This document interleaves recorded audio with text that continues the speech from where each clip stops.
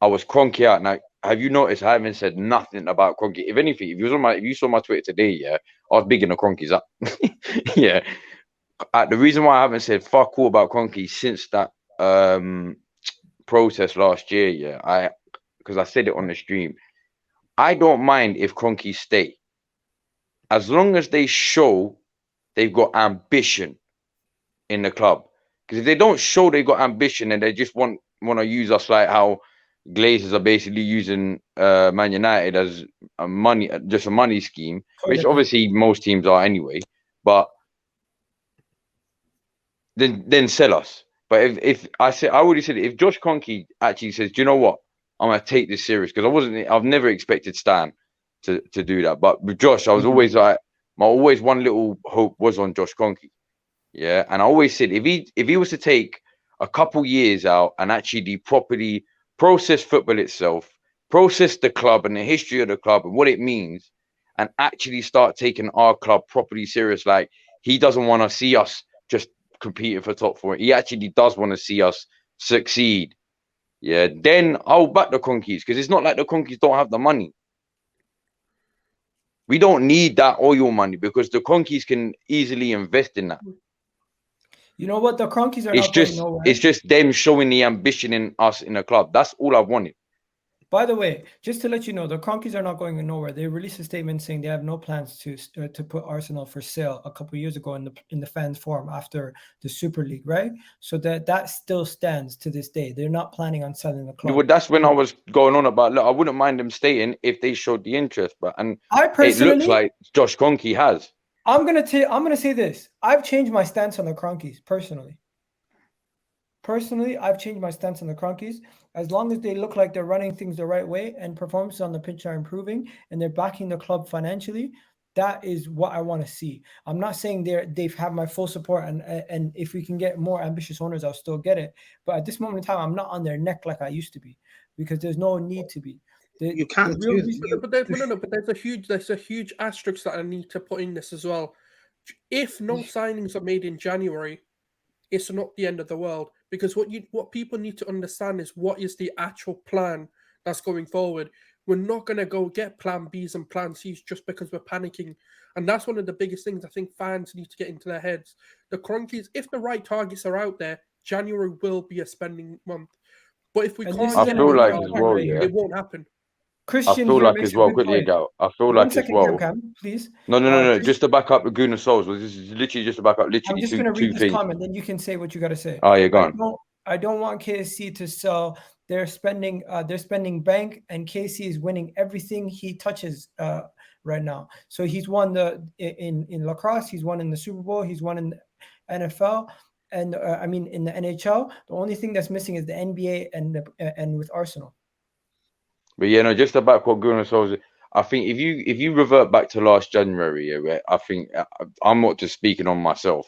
I'm speaking on probably 95, if not 99% of the fan base. Everyone was pissed in that January. I feel like this January, where we are as a club now, as a team itself, where we are in the league, regardless if we are top or not, by January we'll definitely still be top two. Yeah, we've now got more of an attraction. Like, yo, there actually might be certain, like there'd be certain like if just take Vlahovic for an example. Not that I really wanted it, but for an example, last year, I'd rather Juve.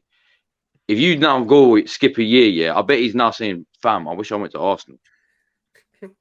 Like, do you understand? Like, there's now players where maybe if you go back to last January, we'll never get them because of where we were at that point. But if you go to this January, I feel like there's more of a possibility we'll get the players that they're targeting. So hopefully they do. But like Gunnar Sol says, I'm not saying it's the end of the world if we don't sign anyone, but then that's where it's just going to get tough, because if injuries end up coming, that's when the downfall will come. And that's when it's going to get into why would an performing player who's possibly competing for things going to leave in January? It's a difficult thing to get top quality players. Manchester United are linked to Vlahovic. Oh, there's obviously there's also that as well. There's also that's a place factor as well. Yeah, they are. What the hell? Why would Rodrigo not come here? Real Madrid is boring. It's not achieving winning the Liga there. Well, he's already done that. He's not unless Real Madrid sell him. He's not going to go. No one like at Real Madrid. You don't really leave unless you're forced out. Yeah, 100%. Why would you? Also, Egal, you saying that like take your foot off the Kroenke's neck. Like, what I'm about to say, I want people to actually listen. I'm not like what I'm going to say might sound bad, but I'm not hating or anything. But like, why take your foot or ease it off the Kroenke's neck when you guys actually haven't like achieved anything? Because seeing hold on, because like. I read this. I'm going to answer this. I'm going to answer this. You make a valid point. No, but hold on. Because everything you're doing is great, but if you don't continuously like improve what better and more like this season, like I don't think you guys win the league this season, for example. So say you finish second or third, next season you then want to push on to go win the league. Like you need to keep your foot on their neck so they continue to back and improve. Like this great start and everything to the season. It might not mean anything if you don't improve then next season. You might start to stagnate, then regress. You need to continue to keep your foot on their necks until you guys actually win the Premier League or win the Champions League. I'm just not gonna lose a game and be like, you know what, it's because the Kroenkes didn't spend money in this month is the reason why that's not my excuse no more. I'm gonna look at the football, I'm gonna look at the situation that we're in, and I'm gonna say to myself, the people in charge are the one making the decisions because the Kroenkes have made it clear. If you need money, later, Matt. The Kroenkes have made it clear. If you need money, we can give it to you. If you do need to improve in January. I'll put it into perspective to why I think that a lot of fans are easing off.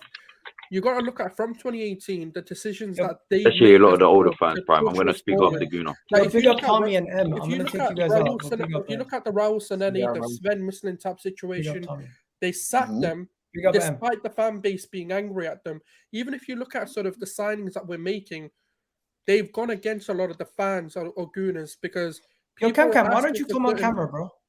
There's a lot of fans who are asking for certain signings to be made. I'm making a mess tonight, bro. I haven't really, So they no longer listen to the social media. They've got a project and a plan in place. I agree. Even if you look at from 2018, the spending projections have gone higher. The profits have gone higher. Even if you look at commercial value, that's gone higher.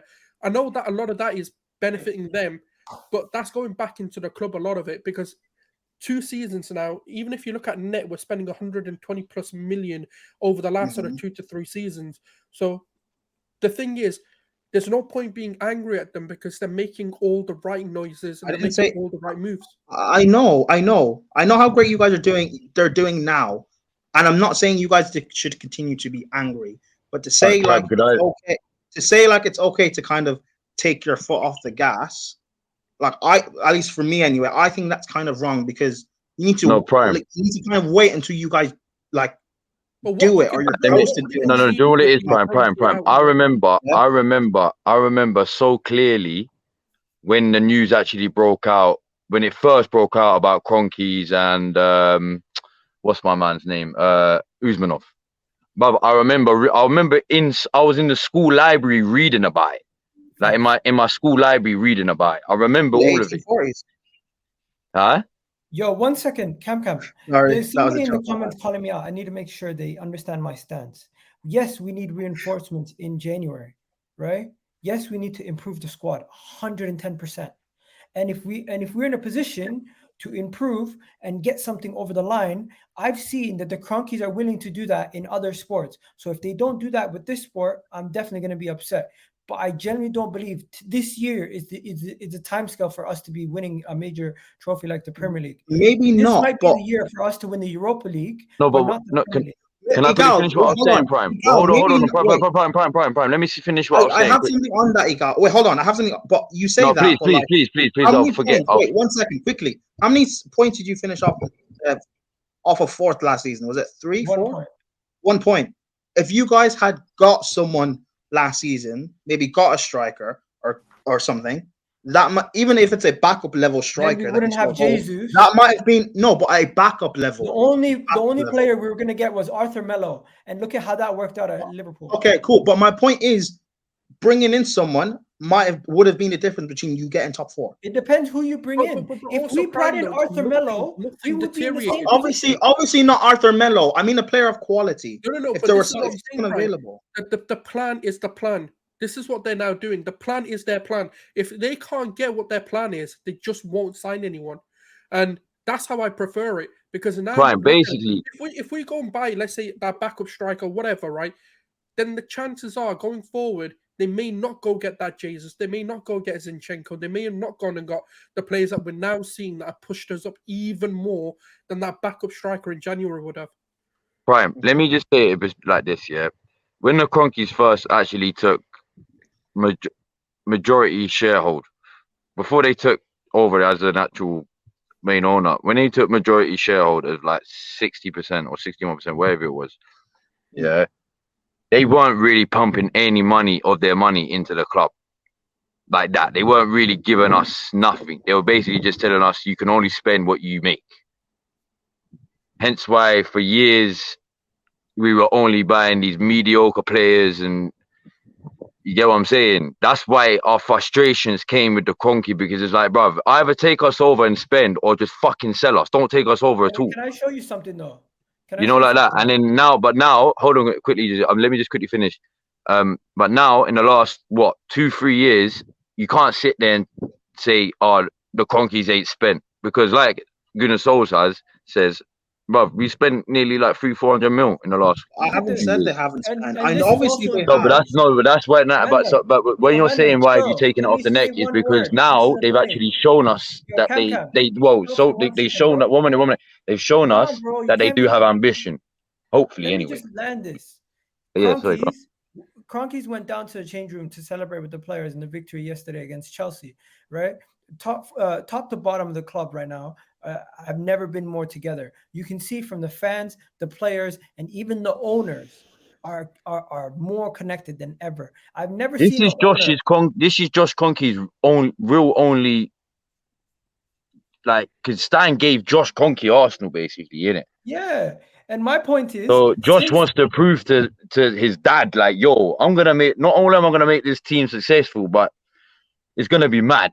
That's what he wants to. Whether that happens or not, that's a different story. But that's what he wants to prove. My point is, you can think what you think about when Stan was running it, but since Josh has been running it, he's come in and he's made it a more stable ship with Mikel Arteta, with Edu, and the way that we're currently on the trajectory we're on. I genuinely do believe we can have success with the Kroenkes, which I would have never thought. Yeah, but Egal, you still need to keep that pressure on, because again, I remember you saying this about like a year ago when you went through a good run of form and you're like, oh, I think that the Kroenkes, can't remember verbatim what you said, but it's basically like you've changed your mind on the Kroenkes, etc., etc. Then you went through a bad run of form again, and you went back and saying you don't like the Kroenkes. Now, this is not me saying you guys will fall off. You won't. But my point being, you've got to stay consistent and keep on them until you guys go and achieve ultimately what you want, which is being one of the best teams in the world and winning the Premier League. Put it this way. If Arsenal look, if the absolute worst happens, yeah, and I'm not saying it will, but if the absolute worst happens and we end up finishing out of top 4, yeah, and then Kroenkes look at and Kroenkes are still looking at Arteta like he's the man, then I'll be like, yeah, either you gotta do what you gotta do, otherwise then I will be looking at you like how you're saying. Like my football, because like there's no way we can have a great start and then have a major fall off like that, and then still expect to back this manager. You get what I'm saying? So if that was to happen, then no, I get where you're coming from. Why? Like you're basically asking why are we taking a foot off the net? Yeah. So what I'm basically saying is, if put it into a perspective. No, my foot will be back. No, say no. Hold on. No, let me just quickly say this. Yeah. If that was to happen, yeah, and they don't sack Arteta, that's when it's like, yo, then your point is like, yeah, your point is so valid. Like, why did you take the foot off the neck? But not even that. Again, I don't even think you'll fall off. But say over the next, like, You guys just need to stay consistently on them to continue to Sometimes, right. because you're saying all of this progression they're doing, which is great, but to ensure that it's real and they'll continue to improve, you do need to continue putting. Normally, I waffle. Okay, cool. You need to continue putting on pressure because say in 2-3 years time, all you're doing is like finishing second, third, challenging. We're not getting over that line. Eventually, Arteta has to go. Well, they pull the trigger and sack him and bring in someone who can do it. Let me put it in this way: like, okay, number one, what do you really expect the fans to do? We can't really be screaming Kroenkes out, but what we're doing I'm not saying Kroenkes out. But Prime, this is what you're not understanding. The fans haven't taken the pressure off the club. The fans are still demanding success. We're still demanding, expectations to be reached. We're just saying we're not looking at the Kroenkes there and going, we're Kroenkes out and the Kroenkes might still be bad. We're just saying, look, we're backing the process, we're backing the club, but we also want something from it. It's the same way with a lot of but let me put it into perspective. You'll understand. The same with I do understand. Let me just say this. I get it. But let me land on this one because the same way a lot of Chelsea fans, when you had all the options to pick what owners could have taken over, a lot of your fan base was like, we want Todd Bowley because of what he's done previously. It's the same perspective coming into it. Like Kroenkes have shown. Really.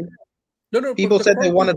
People said they wanted Bowley because we didn't want Ricketts. But they also wanted him because of the success he's shown in other ventures. So that's the same perspective to the Kroenkes. Yeah, I know. They know how to win. I know, but again, I'm not. Again, and maybe what I'm saying is a bit mad. When I hear things, no one here is saying they're Kroenkes in. We're just saying the Kroenkes. I'm not backing them to the hill. I'm not going to die on a sword for them. I'm literally just saying they are not my main focus and attention at this moment in time and why Arsenal Football Club will be held back. I genuinely believe whatever is going to hold back our club is the fact that we are yet to have a squad to the level to compete to that level. We can get there, but it's not going to happen overnight. But when I hear things like I'm going to take my foot off their neck and not keep the pressure on. You need to keep pressure for them to consistently. Who said they're going to take the foot off their neck? You literally said that. I'm going to take my I'm not going to keep my foot on their neck or pressure on them. I'm not going to keep so much pressure on them because there's no need at this moment in time. But if to continue what you're doing, there is need. Because they have said, they have verbalized things that have made me more calm. They've verbalized the fact that they're willing to take things to another level. So hence, I'm waiting to see what they can do. If they lie about them things, then we'll be on their neck. No, but the thing is... Okay, I just think you should just continue being... Okay, fine. Maybe maybe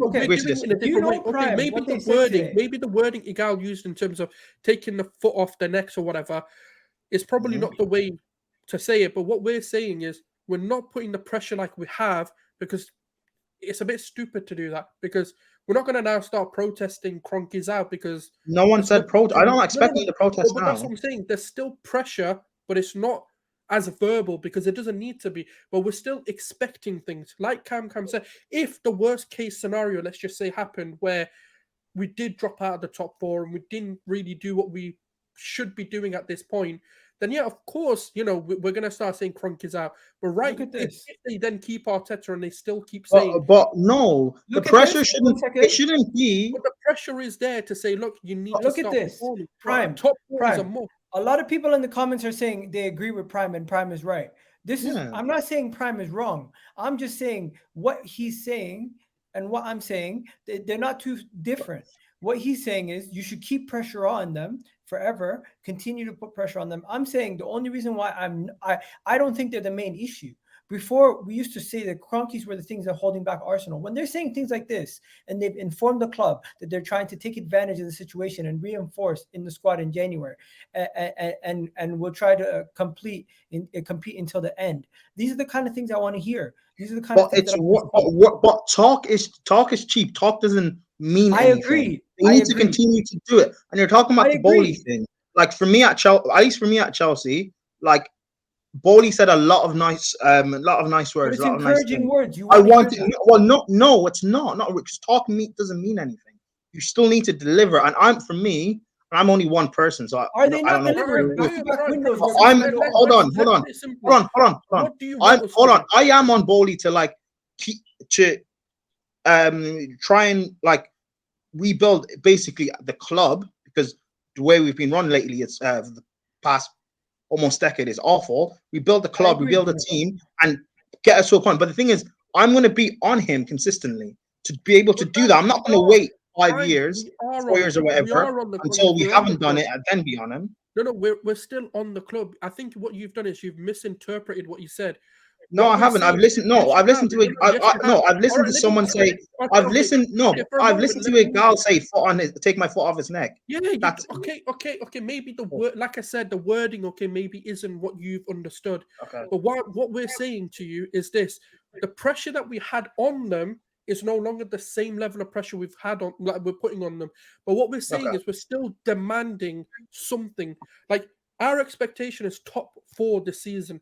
If we don't, let's say, just hypothetically, let's say we don't get top 4 and the club still continues on this stupid charade of, the process and all of this sort of bullshit, then of course the pressure ramps up. But the pressure's still there because we're expecting top 4. The top 4 is the main priority coming into the season. If they don't deliver that, then of course we're going to be even more on them. It's not that we've stopped and our expectations are they can do what they want. No, we're still demanding success. But it's just not the way we've maybe done it previously. That's all I'm trying to say. Okay, cool. Okay, we're going to end it off here. But yo, Mandem, it's been going for 1 hour and 23 minutes. That conversation was really juicy. And you know what? Just to let you guys know, I've done a bunch of videos today, like so many videos. You guys got to go check them. What? Did you see them? Prime, shut up, man. I'm talking about his channel. Anyways, just to show you guys, I did a video on Arsenal News today. Fabrizio Romano revealing the truth on some transfers and some signings. I did a video on the Liverpool takeover potentially, and also one on the Europa League draw and the Champions League draw. You can go check that out. Also, Vibes from the Six is there. I did my match reaction for the Chelsea game if you haven't already watched it. And Vibes from the Six after the game talking to Mo and all the boys. So you guys can go check that out. Of course, you guys have yourselves a wonderful, wonderful day. Let me know what you guys think about the new intro as I outro with it. And you guys have yourselves a great day. Prime, I think we need to have a weekly show, bro. You're my guy, man. I missed you having you on the channel. It's been a long time. And yo, Cam, you too, man. It's been a long time. I'll be back, guys. Just holler me any day and every day if you want. And big up Carefree Lewis, Matt, OG, M, Tommy, everyone in the chat, Gunnar Veld, John, Mustafa, Netweed, Grizz, Active, Christian. Who else is here? There's so many of you guys also that I might have forgotten that were in the comments earlier. But yeah, you guys have yourselves a wonderful night. Let me know what you guys think about the intro and have a good one. Peace. Don't talk about the.